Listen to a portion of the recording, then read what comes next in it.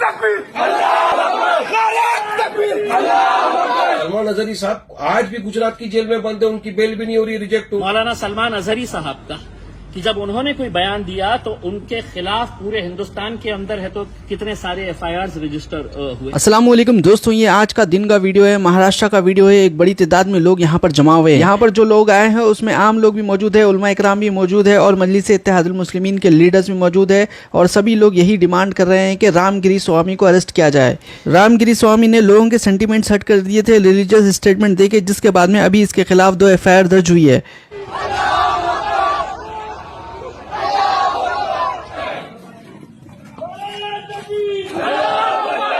एक बात तो साफ है कि भारतीय मुसलमान हो या विश्व का कोई भी मुसलमान हमारे हुजूर मोहम्मद सल्लल्लाहु अलैहि वसल्लम की शान में गुस्ताखी किसी भी तरह से बर्दाश्त नहीं करेगा। ये गुस्ताखी बर्दाश्त के काबिल नहीं है। आप हमारे prophet Mohammed peace be upon him के बारे में इस तरह के अल्फाज इस्तेमाल करने वाले होते कौन है आप? अरे आप एक महाराज हो, संत हो, ज्ञानी हो, जो भी हो, तो आप पे दायित्व तो बनता है कि आप इस तरह की बात न करें जिससे सांप्रदायिक तनाव पैदा हो, दूसरे रिलीजन के इमोशंस को हर्ट हो। आपने आपके अल्फाज से तमाम मुसलमानों के दिलों को ठेस पहुंचाई है, आहट पहुंचाई है। कि मुसलमान पूरी दुनिया में हर चीज बर्दाश्त कर सकता है, लेकिन अपने नबी करीम सल्लल्लाहु अलैहि वसल्लम, prophet Mohammed peace be upon him, इनके ताल्लुक से किसी भी तरह की गुस्ताखी बर्दाश्त नहीं कर सकता है। आप क्या हो फिर, क्या चाहते हो आप करने के लिए? किसने आपको अनुमति दिया? आपको तो आपके धर्म में जब आप गए थे जहां पे भाषण देने, तो आपको तो आपके धर्म के बारे में बात करना था, लोगों को जागरण करना था, अच्छी अच्छी बातें बोलना था। उसकी जगह आप इस्लाम के खिलाफ बात कर रहे हो, आप मुसलमानों के प्रति नफरत पैदा करने की बात करो, नफरत फैला रहे हो आप। इसी तरह हमारे मुफ्ती सलमान अजहरी साहब ने एक मर्तबा किसी धर्म विषय का नाम लिए बिना कुछ बोल दिया था जिससे किसी की सेंटीमेंट्स को हर्ट भी नहीं हुआ, तब भी उनके खिलाफ एफआईआर कर दिया। सलमान अजहरी साहब आज भी गुजरात की जेल में बंद है, उनकी बेल भी नहीं हो रही, रिजेक्ट हो रही। तो आपके प्रति इतनी सहानुभूति क्यों दिखा रही है पुलिस? बताइएगा, इस मुल्क की खूबसूरती यही है कि इतने सारे जाति, धर्म और मजहब के लोग रहते हैं। हमने कभी आपके धर्म के बारे में बोला नहीं है। मौलाना साहब ने कहा कि कोई एक ऐसा वाकया बता दे कि जहां पर हमारे किसी मौलाना ने, कभी हमारे उलमाए दीन ने किसी दूसरे मजहब के बारे में इस तरह की घटिया और घिनौनी बात कही है। हमने पुलिस कमिश्नर साहब को पूरे वाकये से आगाह कराया और उनको ये बताया कि पूरे हिंदुस्तान के मुसलमानों के अंदर इस बात को लेकर नाराजगी है और गुस्सा है। ऐसे हालात के अंदर ये पुलिस की, सरकार की, प्रशासन की जिम्मेदारी होती है कि वो जो भी दोषी आदमी है उसके ऊपर कार्रवाई होनी चाहिए। हमने एग्जाम्पल दिया मौलाना सलमान अजहरी साहब का कि जब उन्होंने कोई बयान दिया तो उनके खिलाफ पूरे हिंदुस्तान के अंदर है तो कितने सारे एफआईआर रजिस्टर हुए। और आज भी मौलाना साहब जेल में बंद है। तो इन्हें क्यों छूट दी जा रही है? क्या इन्हें ये बोलकर किया जा रहा है कि नहीं आप कुछ भी बोलिएगा, हम आपको हाथ नहीं लगाएंगे करके? तो हमने साफ कहा है इसका कोई अंत नहीं होगा, इसका कोई एंड नहीं होगा। अगर इस मुल्क की खूबसूरती को अगर बरकरार रखना है तो ऐसे जो समाज के अंदर टेढ़ और दरारें और दीवारें पैदा करने का काम कर रहे हैं उनके खिलाफ कार्रवाई होनी चाहिए।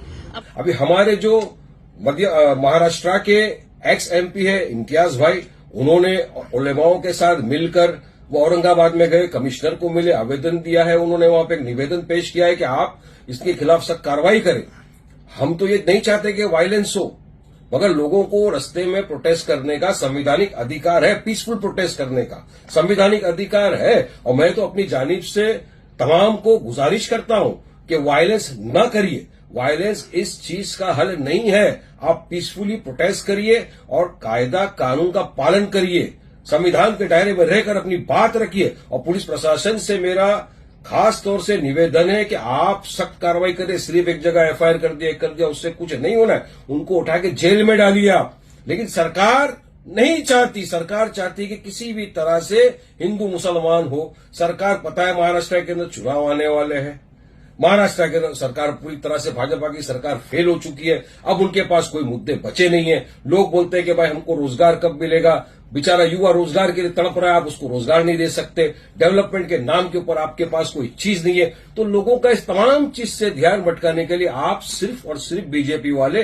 तुष्टीकरण की और पोलराइजेशन की राजनीति करना जानते हैं। ये यही करना चाहते हैं। ये चाहते हैं कि इस तरह के भड़काऊ भाषण दिए जाए, मुसलमान रस्ते पे आए, फिर आपकी गोली का निशान तो मुसलमान का सीना ही बनेगा ना। आप तो मुसलमान को ही गोली मारने वाले हो। तो मेरी तो दरखास्त है कि मत उतरिए, प्रोटेस्ट करिए लीगल वे में, संविधान के दायरे में रहकर। और इनकी शरारत देखिए कैसी होती है।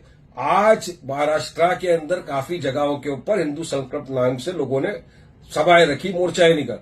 अब इनको पता है कि जुम्मा का दिन है, नमाज के वक्त ही आप इजाजत दोगे। अब आप एक बात समझ लीजिएगा, आज जुम्मे का दिन है। आज 3 अलग अलग शहरों के अंदर, नासिक में हिंदू सकल समाज की तरफ से मोर्चा निकाला जा रहा है, नमाज के वक्त निकाला जा रहा है। इजाजत कौन दे रहा है? नंदुरबार के अंदर है तो आज जुमे के दिन नमाज के वक्त में आंदोलन किया जा रहा है। अमरावती के अंदर किया जा रहा है। तो ये इजाजत कौन दे रहा है कि जुमे के दिन इस तरह के मामले को? हमने बांग्लादेश में अगर हिंदुओं पर अत्याचार हो रहा है तो ये बात समझ लेना कि वहां पर मुसलमानों के ऊपर भी अत्याचार हो रहा है। हमने दोनों ही हिंदुओं के ऊपर और मुसलमानों के ऊपर जो अत्याचार हो रहा है, हमने उसकी निंदा की है। हमने उसको खत्म होना चाहिए, इसकी हमने कई जोर तरीके से हमने ये आवाज उठाई है। लेकिन वहां पे हो रहा है, इसलिए अब नासिक के अंदर दुकानें बंद करवाओ। आप जबरदस्ती वहां पे है तो इस तरह का माहौल तैयार कर रहे हैं। तो हम समझते हैं ये एक सोची समझी साजिश का एक हिस्सा है। आप चाहते हो कि किसी न किसी तरह आग भड़के, लोगों के अंदर नफरत पैदा हो, अराजकता हो, और आप अपना काम कराते हो और अपनी सियासत को चमकाना है आपको। मगर देश की जनता समझ गई है भाजपा की अब ये पोलराइजेशन की, तुष्टीकरण की राजनीति नहीं चलेगी। लोग थक गए हैं आप लोगों की इस बात से। मेरा आखिरी में बस सिर्फ इतना बोलना है पुलिस प्रशासन से कि आप इस तरह का एफआईआर नहीं, हर जगह एफआईआर होना चाहिए उनके खिलाफ और उनको अंदर डालना चाहिए जेल में। तब एक मैसेज जाएगा कि जो भी इस तरह के भड़काऊ भाषण देगा, हिंदू मुसलमान कराने की बात करेगा या किसी के धर्म को ठेस पहुंचाने की बात करेगा, तो प्रशासन सख्त कार्रवाई करेगी, जैसा आपने सलमान अजहरी के खिलाफ बिना कुछ किया है। तो इनके खिलाफ उससे ज्यादा कड़क कार्रवाई होनी चाहिए। ये मेरी सरकार से निवेदन है। तो मजलिस इत्तेहादुल मुस्लिमीन के लीडर्स की जानिब से जो स्टेटमेंट दिया गया वो हमने आपको बताया। आप लोगों की क्या राय है, इससे मुतालिक कमेंट जरूर करिए। इंशाल्लाह अगले वीडियो में मुलाकात होंगी। अल्लाह हाफिज़।